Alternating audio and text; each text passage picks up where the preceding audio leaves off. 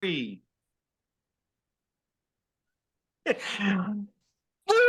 And I thought I was a genius. It's the 44th episode of Wayne's World and Kelly. And I thought I was a genius because I always remember it. But actually, as it cues up a little behind the scenes thing, it actually says this is the episode of. So I just figured that out after 44 episodes. But this is exciting because we have Wayne way up in like Chicagoland. That's why he's wearing a jacket. He's not in sunny Florida. And we have the one, the only, thank God, Bob Coy as our special guest. And Bob, it is a thrill to have you on the show. I've known you for, I don't know, I think we met 4 years ago or something like that. Yes. And, I go, who's this big guy in this little body? Sort of like Wayne. And so welcome to the show. Thank you. And thank you so much for having me. I was looking forward to this. I like you as a person. So to go on this podcast, I was actually truly looking forward to it. Well, it's great to have you. And as an honor, we were talking about it a few minutes ago. I grew a Bob Coy signature goatee, which I'll be shaving off promptly after the show. But I did it just for you. This was a 2-week plan to do this. Wow. And let me tell you something. On behalf of you and yours, this morning, I trimmed mine just to make sure it had that look, you know? I don't even know if Wayne can grow facial hair. Silence. He does that sometimes to me. Yes.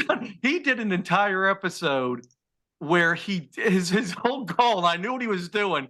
He goes, I'm saying nothing. It was pretty funny. It was like I'm ever at a loss for words. But so Bob, tell us a little about yourself. Where were you born? Because are you a West Coaster? I am actually a Midwesterner. I was born, just outside of Detroit, the suburbs out just north of Detroit. Nice. Yeah. And you were born a small child there, right? I was born a small child and actually 9 pounds, 10 ounces. I was a big baby. Oh, your poor mother. Yes, because she was only 4'11". So it really took a lot of effort to get me out. And I'm thankful to this day. My mother used to tell me about a story about in the late 50s where she heard this horrendous scream going across the country. Now I know what caused it.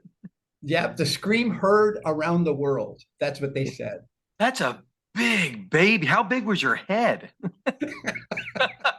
well, I've had to deal with my pride for years, so I continue to shrink my head. It's part of what I do for businessmen.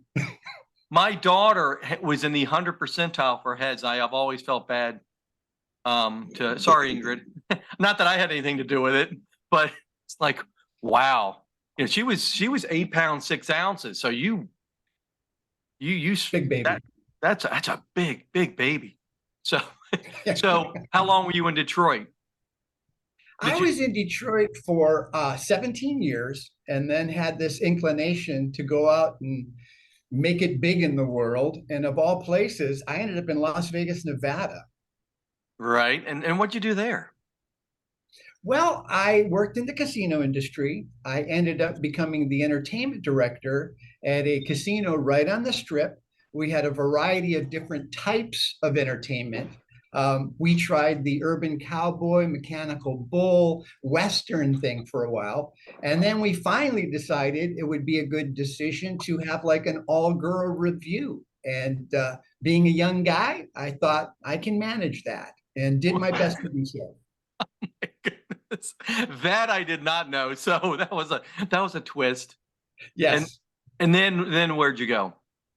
Well, I had a faith encounter. I actually invited Jesus into my heart, and you can't do that all-girl review thing while you're doing the Jesus thing. That's the good part of the story. So I'm glad we got you there pretty quick. Yeah.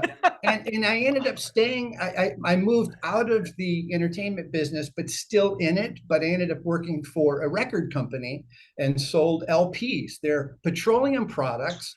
They're probably about 11 inches round. They have grooves in them. You place a needle right on the edge of it, and as it spins in a circle, music comes out. It's amazing.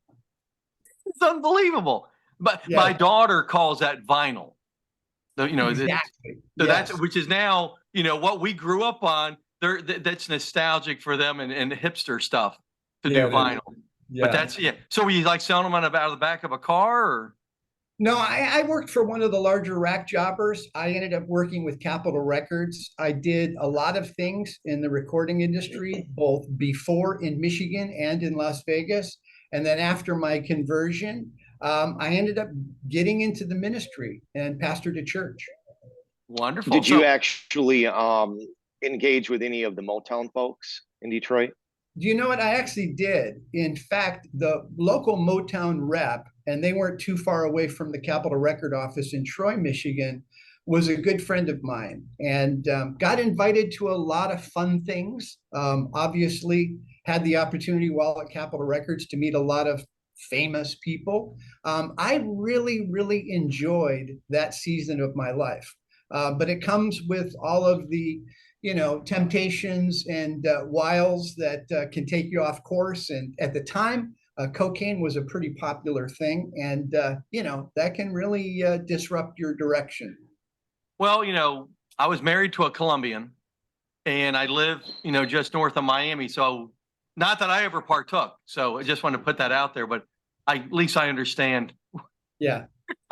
No, it was a great learning experience, and it taught me lessons beyond actually the world of entertainment, because you see people who have so much, and no one takes the time to actually examine the reality of the fact that there's a lot of pressure in that world. The pressure to perform can be a real, arduous, difficult journey. And Right. you get close to some of these people who were, celebrity, that popularity, sometimes it's not everything people think it is. So there were a lot of life lessons in that season. Well, it's interesting. So I remember a guy years ago when I was a young guy, and he would never go to church. He was a friend of mine's father. And he says, if I go to church, it'll crumble when I walk in. And a lot of, that's where a lot of people are confused, that churches aren't made for perfect people. They're made for people that that need God. Yeah. So it's, and I used to, later on in life, because I converted to truly being a Christian about 12 years ago. And not that I had a wild, crazy life. I actually had a pretty regular life. It wasn't, but there was something missing. There was a big hole in my heart, and that's where I found it.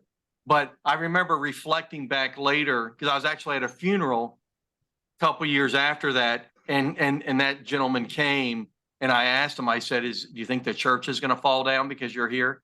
But then like going, well, really, that's kind of an arrogant thought, that some guy thinks that he's been such a bad person that he's going to destroy God's, church, which. Well, but let me tell you, all that background, both in the entertainment business and then being in ministry for years, has actually created a platform that I'm using today to help men who are businessmen, many of them very successful, navigate the ups and downs of their journey. Because let me tell you something, there are so many struggles in being successful as a businessman. And sometimes you just need somebody that's confidential, somebody who understands, and somebody who will help you both be accountable and stay on course. And, my business card today, 4C Services, it says assisting businessmen personally, professionally, and spiritually. And that's what I try to do, because sometimes you just need someone to talk to that's not on the payroll, somebody that maybe is a friend, but somebody who you can just open your heart to. I got a text message this morning from a guy said, hey, I'm about to make a really big decision in my life. Can we meet for lunch? I love, love, love doing that, providing just another set of eyes, another set of ears to somebody who's navigating their journey. It's interesting that all three of us reach that age where people like to come to us for that. And not that we don't still do it as well, but, I guess it just means we're a little bit older and hopefully wiser. Well, it comes with the gray, man. It comes with the gray. That's right. Yeah. Wayne, sorry about that. Wayne, I think you can see it on the side there a little. Yeah. Oh, he just went to shiny, but no, it's it's good, and men need to know that there's other men they can go to. I mean, not that we're excluding women this one time in our life, but it's good to go to other people that maybe don't have a horse in the race, but they've got wisdom and experience to help guide people on that and guide them in the right way. You know, Absolutely. I think it's very easy to come off my walk with God and just my daily course. As a matter of fact, mainly on the golf course. I truly sometimes am ashamed on how I behave on the golf course. I'm like, well, that wasn't really a good representation to the guys I'm golfing with. I don't mean a bad shot. It's the way maybe I reacted, or even maybe the conversations that come up while we're golfing. So, fortunately, we're not hot mic'd when we're golfing. But but let me just say, that is a great breeding ground for the kind of conversations that sometimes you can have with guys going from one pin to another pin. Sometimes somebody will open up, and it's a perfect opportunity for you to sharpen swords, as we like to call it. Sparks begin to fly. Somebody's got a question, you've got an answer. That can take them on a completely different trajectory. And where they end up, if you had some involvement in that experience, means everything in the world to them years later. They don't realize it happened on the 8th hole, Right. Well, in the Broward area where I live and where you live, your name has come up, who has been a huge impact on people's lives. Oh, I saw him preach, 15 years ago, and man, this guy was just amazing. And just because I like to joke around, but it is true. I had a few of them would say, I always thought he would be taller.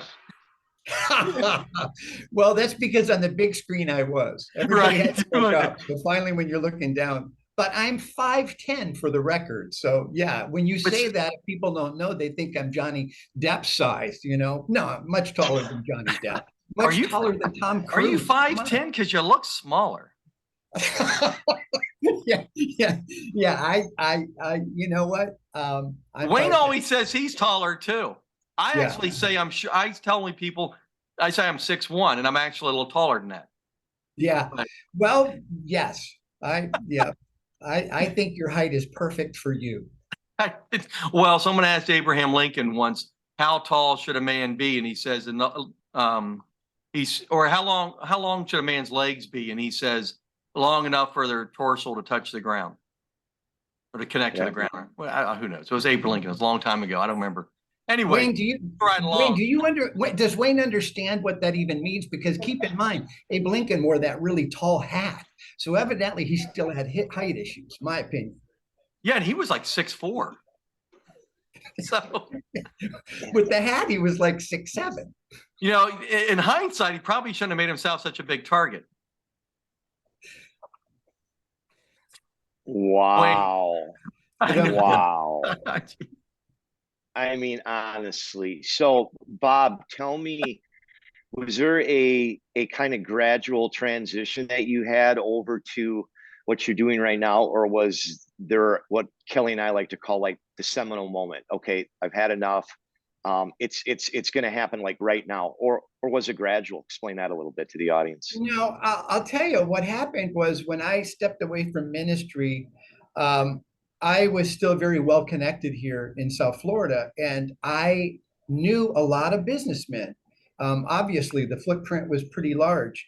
And because what I was a part of was a very big business, albeit a ministry, there was a business element to what I did that had all of the components that are part of anybody else's business. Now, although my focus was never making it grow, it did grow, and it was hugely successful. So I found just in lunch conversations, people saying, now, how did you do that? Or how did you do that? Or how did you do that? And the more I was answering with content and substance, the how you did what you did, the more I found people were interested. And a friend of mine, Stefan Chavidjian, who's the chairman at the ministry that I was a part of, he and I were having lunch, and he said, you ought to really consider consulting. And the more we talked about it, the more it seemed like a practical fit. Quite honestly, I did not have to market myself. I was getting enough phone calls and I was getting enough emails that people would just say, hey, you got time? You got time. But I realized that if I could create a format a flow of looking at someone's business that this would be helpful to them. So I have like 5 P letter words. The first one is purpose. What is your purpose for being in business? We talk about, your mission statement, your core values. Then we go to the people that are a part of your team. We go to your product, and sometimes product and people are interchangeable. We look at your policies and your procedures. What is the process for doing business? And then finally, we look at the 5th P letter word, which is profit. And it's not just looking at how much money you earn, but it's what you're doing with that. Sadly, sometimes we can be very generous. We can be very greedy. We don't reinvest into the company. There's a lot of poor decisions made with what we earn and what that revenue looks like. So that I use as the template, and then we dig in to every one of them and take a look at the bottom line and see if I can't help make it grow. Awesome. Okay. Now the P can be replaced with an S, because it could be product or services. Just wanted to throw that out there. Well, product is part of what I do in product is talk about services. And it's part of the reason why I say that product and people are interchangeable, because you can have a product and you're not providing a service because you don't have the person to provide that service. For instance, if you're in the roofing business, you're busy doing replacements and recoveries and repairs. But when it comes to maintenance, if you had a really great guy who had a salesmanship type personality, you could probably create a whole nother division doing service. You didn't have the person. Now you have the service and you have the person, or you have another product and another person, if you will. There are a lot of things I've done in life that it's because I had the right person first. I was able to do them on the team. Does that make sense? Yep. I love that. No, it makes a lot of sense. I like all the P's. It's good for people to have principles and and precepts. And and you just don't want platitudes. No, you really want to be personable. Right. So. Well, on the subject of people, we talk about performance. And I take an organization and then we color coordinate everybody. You're either a green or a yellow or a red. And then we look at the colors of your organization relative to red being they probably should have an exit strategy. Yellow, they need some training to get them to a green, obviously. But I did that with a company last year, and it was really interesting to see because many times middle managers, they'll be yellow and they're surrounded by people they supervise that are also yellow or red. And now you can easily identify where changes need to take place. I like that. And then you can put it all on a podcast. Yeah, and you can make porridge. Come on, Kelly. I'm so wrong to say this, but before the show, I went to the restroom, and guess what? I'm not going to say it. Okay, you have editorial privileges over the podcast. That's something that I would say has got to come out. Well, no, we don't. There's no editing. That's the problem with this entire show. I mean, but not the problem. It's the plus or the purpose is to do no programming. No, it's just to play it as we did it. Yes. See, the whole time Wayne's trying to think of a creative P word to use, but he just wants to go. No, the problem is that I have quite a few. I mean, that's the problem. I have a lot of things, but like to keep the show proper. So one observation that I've made, Bob, is you can draw like a direct correlation between a lot of the problems that we're having in this country right now and how much of the church attendance has been on the decline. I mean, it's an intersecting line about where you can see this, and there's just a huge vacuum out there. Is that kind of what you're finding out there when you're doing your consulting? Well, I help. I have 2 different price points. One of them's for a profit business. The other one's for a nonprofit business. And let me tell you something. Yep. Even though there's a business side to both profit and nonprofit, the nonprofit issues these days, especially in regard to donations, it's just one of those areas that need a lot of attention, because the how we do what we do and whether or not we compromise our core values, it's where a lot of churches find themselves letting go of what would have been a truly held doctrine in the past But if they loosen their hands just a little bit and become a little bit more user friendly, then more people come. If more people come, more people donate. So core values, as they're pushed aside for the purpose of revenue, yeah. And then what happens? Well, the true believers listen to a compromised message. They don't feel the willingness to support. Now, as you're doing your best to attract people outside your core, contingency, you end up letting in what is going to be less than. They expect the less than message, and you can see now it's cyclic and it's falling apart. Yep. It's draining. Okay. Preach it. Well, yeah, because we could be perplexed or puzzled.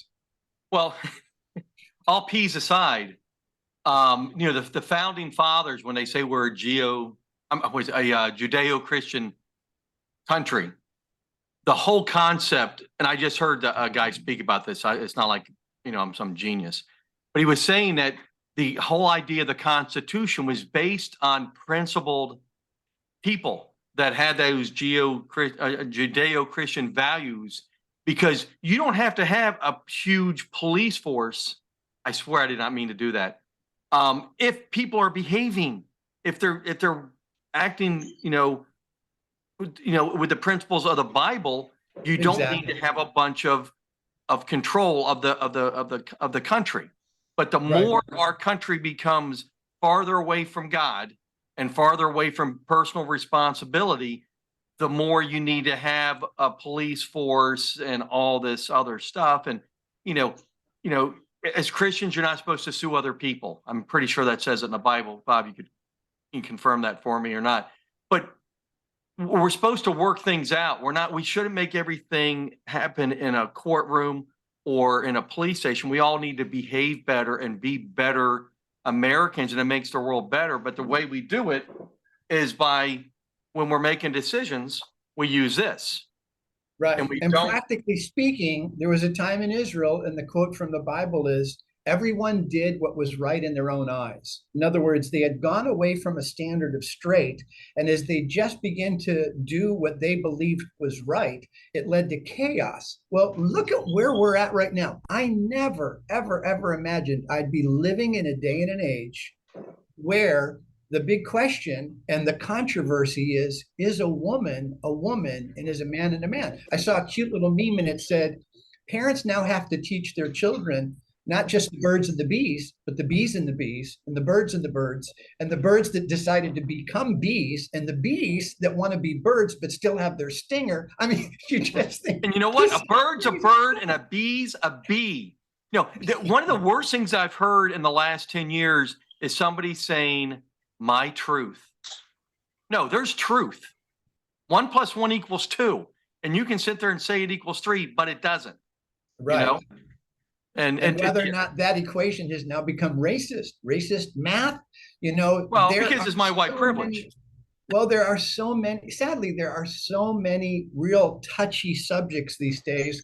And as those people who get criticized for being truth bearers shrink back because they don't want to be canceled, what happens? Well, sadly, the old Edmund Burke quote is, the only thing necessary for evil to triumph is for good men to do nothing. Well, good men, if you're canceled or quieted or even, pushed away from what would be the opportunity to talk. We're losing opportunities to talk when they take you off of, a platform. And, for how long was Facebook saying, well, that's not the kind of language we want or we believe in? They just take you out of the equation. And it's just like, wow, then it's going to happen. And we're going to see a deterioration of the very fiber. And when you see that, what do we stand for? We stand for whatever we think is best. And that's not going to last. A divided house can't stand. Exactly. And I'm hoping that the pendulum is coming back. It went up, and now people are going, hey, you know what? I do need to stand up and say something. Out in California, now in LA, you have tens of thousands of families saying, you're not going to do these things in our schools. It's not okay. Parents are taking responsibility, and it's happening hopefully across the country. But I think it's, I hope and pray that the pendulum is coming back because it has to, you Yeah. know. And so I think that's powerful. What you're doing is you're working with businessmen and you're bringing that core that people have to have on making their decisions. Well, keep in mind, when I get to the policies and procedures within a business, I talk about culture. And, I don't know if you've ever walked into a business and it just felt heavy. I have found that every business takes on a flavor, typically from the leadership. And you can have a greedy atmosphere. You can have a toxic atmosphere. You can have a fun atmosphere, but sometimes too much fun and nobody's getting any work done. So I can come into a business and kind of take a temperature and tell them, hey, maybe it's time for a bowling night. Maybe it's time for, make recommendations to get everyone together.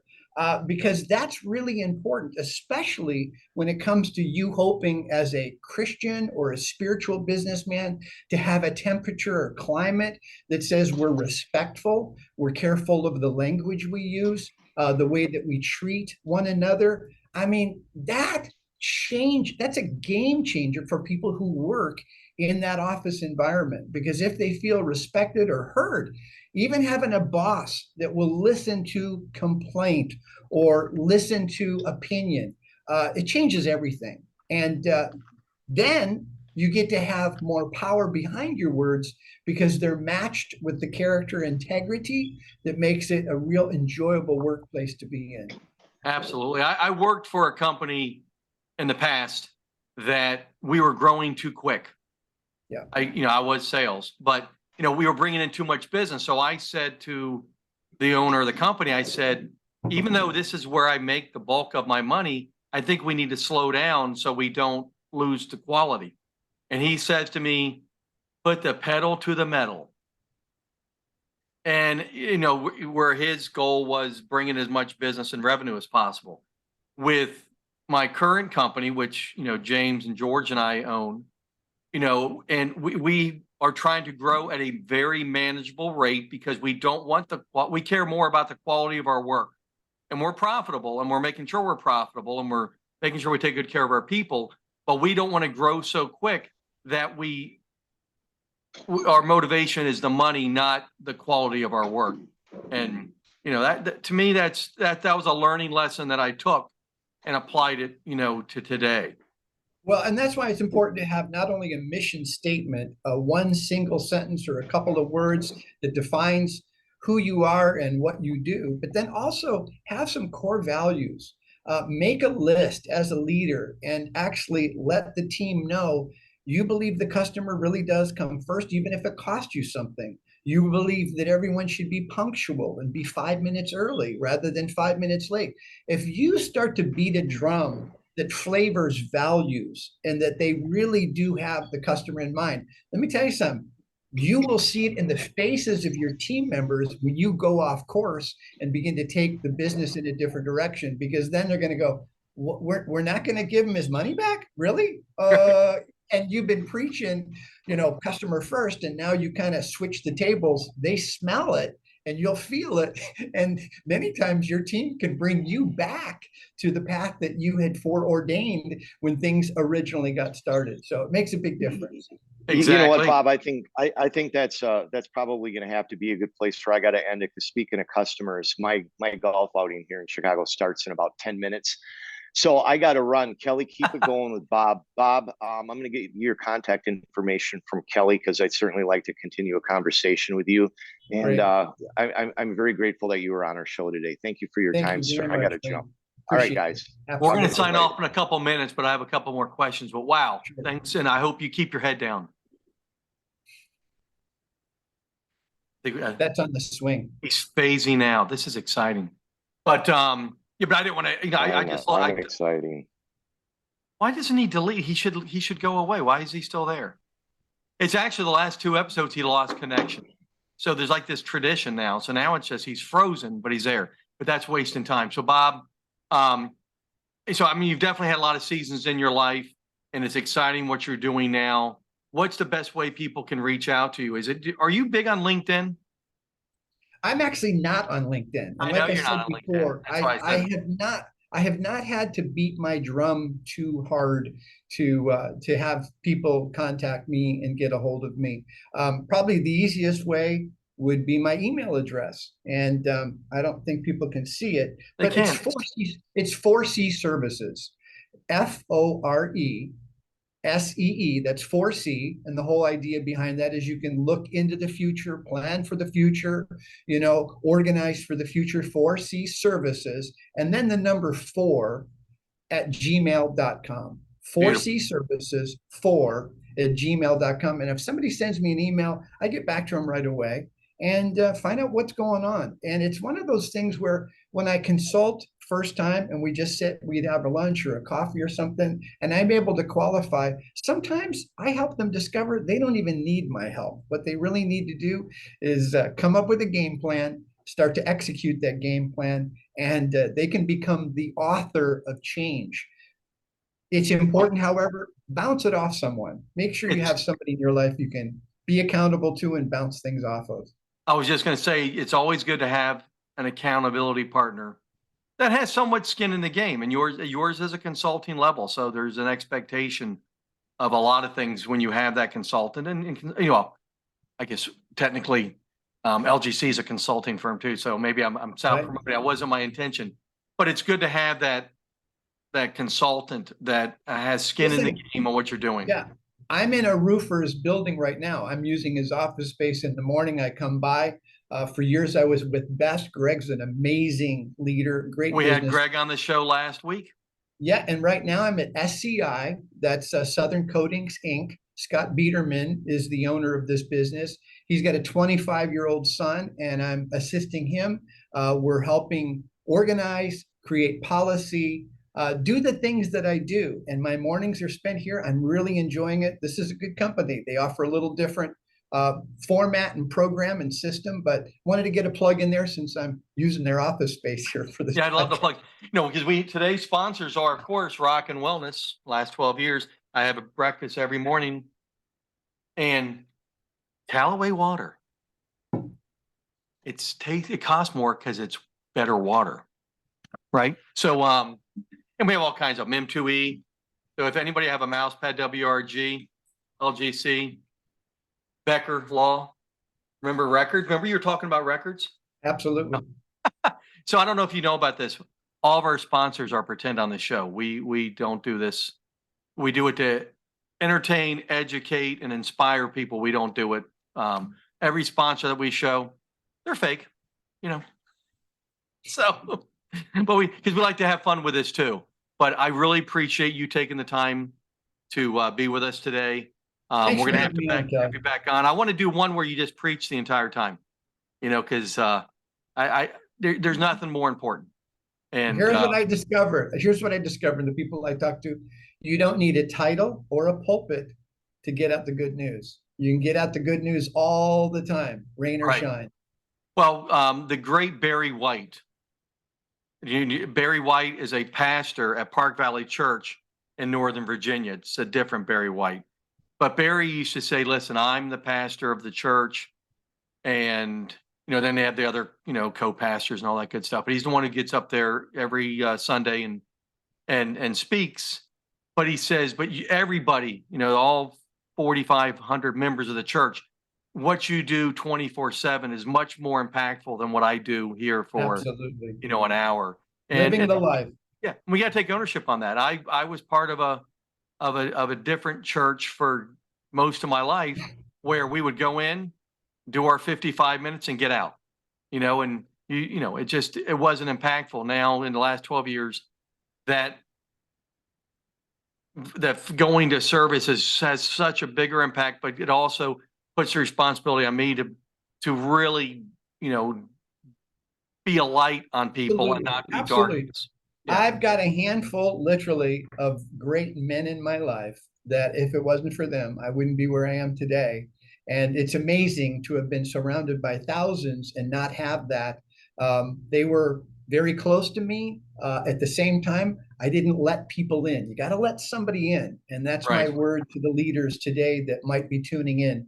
Let someone in that you trust, that's safe, and share your stuff and watch and see what change takes place. Thanks again, Kelly, for having me. That was a great closeout, Bob. Thanks. I will see you soon, and everybody have a wonderful day.